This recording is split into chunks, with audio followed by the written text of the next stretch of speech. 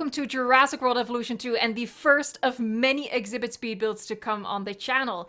The early Cretaceous DLC pack launched today, which includes the KRONOSAURUS, so I wanted to make a beautiful lagoon. Hopefully this speed build is going to give you ideas for your own builds. Obviously it can be a lagoon for any species. I also even just chucked a Mosasaurus in there because, well, honestly, why not? We can do that now thanks to the no combat option that they added to Sandbox in today's update, but the KRONOSAURUS is the star of the show, at least for today.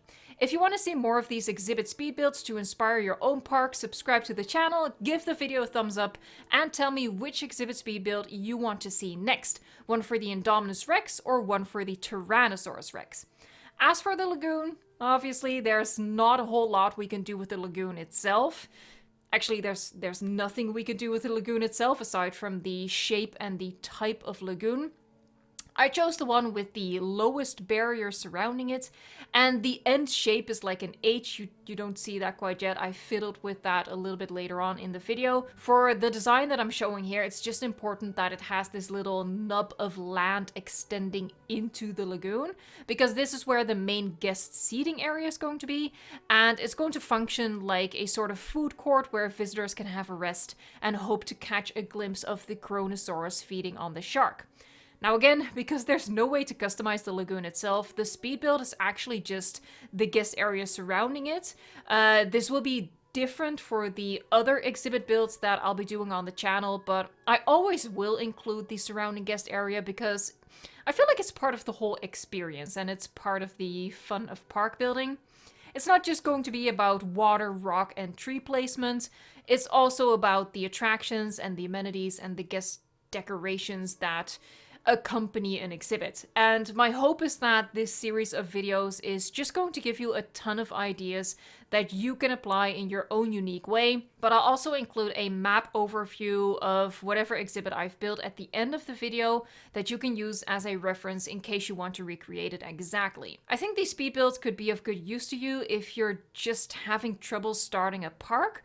Once you manage to start somewhere, I always find that it's easier to just let the park flow out from there.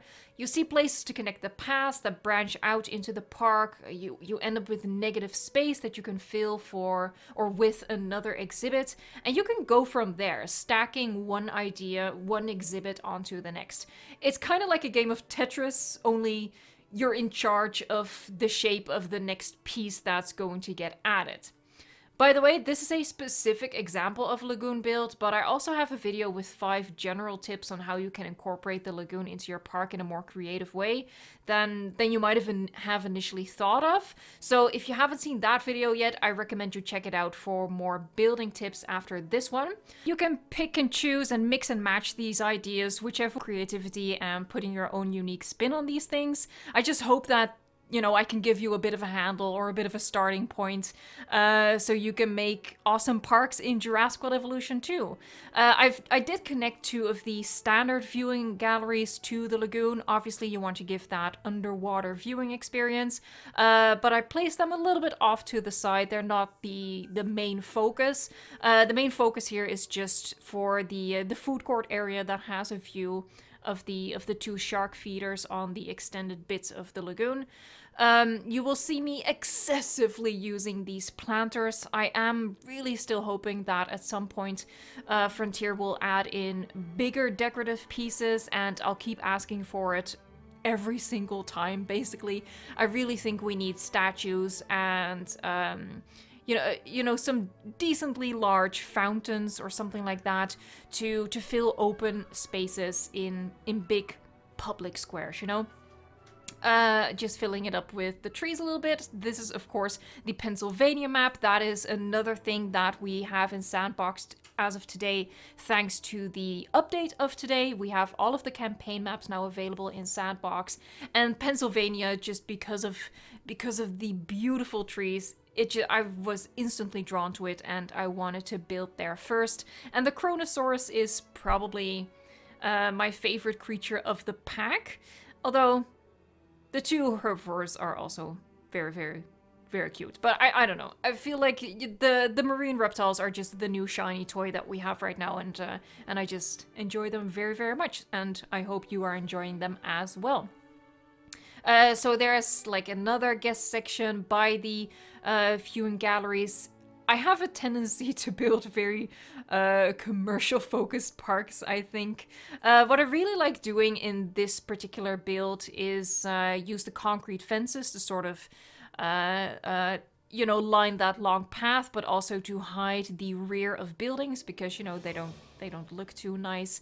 And that gives you, again, thinking of it in terms of Tetris pieces, that gives you a nice ending spot for one part of the park, and you can add an exhibit behind the amenity buildings. Here I'm placing even more planters on the food court area, just to fill up the space a little bit, break it up. Path art is really minimal in this case. I don't always go crazy with path art. Usually I do, though. Usually I do. Even more planters. I'm hoping that we're also going to get some extra of these, maybe.